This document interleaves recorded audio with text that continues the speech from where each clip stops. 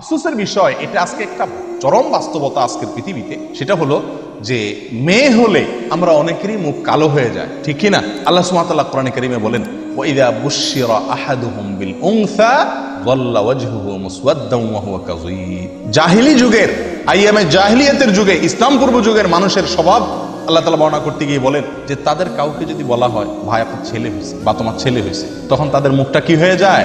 কালো হয়ে যায়, কালো হয়ে যায়। যদি জিজ্ঞাসা করে ভাই কি হয়েছে, মেয়ে হলে বলে কি মেয়ে হয়েছে, মেয়ে। মানে ভাবটা এমন থাকে যে উনি খুশি না। আর ছেলে হলে মাশাআল্লাহ পুরো গালে হাসি দিয়া বলে হ্যাঁ আপনাদের ভাতিজা হয়েছে, আলহামদুলিল্লাহ। ঠিক না বে ঠিক? এগুলো মূর্খতা ছাড়া আর কিছু না ভাই।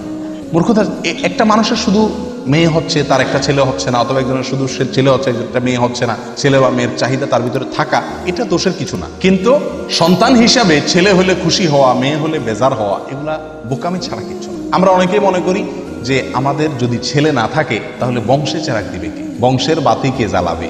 এটা একটা মানে বড় প্রশ্ন থাকে না? আপনি মরে কবরে দেয় সুটকি হবেন, সেখানে গিয়ে আপনার কি জান্নাত হবে না জাহান্নাম হবে, সেই টেনশনে আপনি শেষ হবেন। তখন দুনিয়াতে আপনার বংশের চেরাগ জ্বললো না, হারিকেন জ্বললো না, হেজাক লাইট জ্বললো, মোমবাতি জ্বললো, এটা আপনার কোনো দরকার আছে? কি বলেন? এটা বোকামি ছাড়া আর কি, এটা নির্বুদ্ধিতা ছাড়া কিছুই। প্রিয় বন্ধুগণ, এই জন্য সন্তান সুসন্তান যেন হয় সেটা বরং আল্লাহর কাছে দোয়া করা। মেয়ে হলে এটাকে ভালো সঠিক তারবিয়ত লালন পালন করে সুপাত্রস্থ করতে পারলে, এটাকে ভালোভাবে লালন পালন করতে পারলে, ইনসাফ করতে পারলে, আদর ভালোবাসা দিয়ে, জান্নাতের ওয়াদা আছে। 2টা মেয়ে পারলে, 3টা মেয়ে পারলে, ছেলে 10টা ছেলে পারলেও কোনো জান্নাতের ওয়াদা কোনো হাদিসে নাই।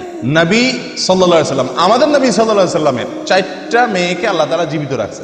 ছেলে দিছে না যেগুলা সব ছোটবেলায় শেষ নিয়ে গেছে, বাঁচায় রাখছেন শুধু মেয়েগুলাকে। উনি নিজে মেয়েদের বাপ। এত যাদের কি হয় না, ছেলে হয় না বা ছেলে নাই, শুধু মেয়ে, তারা এটা ভাইবা খুশি হন যে নবী সাল্লাল্লাহু আলাইহি সাল্লাম মেয়েদের বাপ ছিল, আপনিও কি মেয়েদের বাপ। কোন সালাফ বলেছেন আল আম্বিয়া আবুল বানাত, বেশিরভাগ নবীদেরকে আল্লাহ তাআলা ছেলের চাইতে মেয়ে বেশি দিয়েছেন। আর অভিজ্ঞতাও বলে এই যুগে ছেলেদের চাইতে মেয়েরা বাবা মারে কষ্ট কম দেয়। ছেলেরা বাপ মার মুখ যত বেশি চুনকালি দেয়, মেয়েরা ততটা দেয় না। মেয়েরা যতটা ভালোবাসে বাবা মাকে, ছেলেদের ভালোবাসা ততটা পাওয়া যায় না। মেয়েরা সব সময় স্বামীর সাথে ঝগড়া করে বাপমার পক্ষ হয়ে, ছেলেরা বাপমার সাথে ঝগড়া করে বউয়ের পক্ষ। ঠিক না ঠিক? এর মানে এই না যে আমি বলতেছি ছেলে খারাপ মেয়েই ভালো সব, বাকি বেশিরভাগ ঘটনা এরকম ঘটে থাকে। অতএব জন্মের পরে প্রথম কথা হবে আল্লাহর কাছে শুকরিয়া আদায় করা। ছেলে হয়েছে নাকি মেয়ে হয়েছে এ সমস্ত নিয়ে মুখ কালাকালি করা, এটা এক ধরনের কুফরি, এক ধরনের আল্লাহর নেয়ামতকে কি করা, ডিনাই করা, অস্বীকার করা। এটা উচিত। আল্লাহ তাআলা আমাদেরকে সঠিকটা বোঝার তৌফিক দান করেন।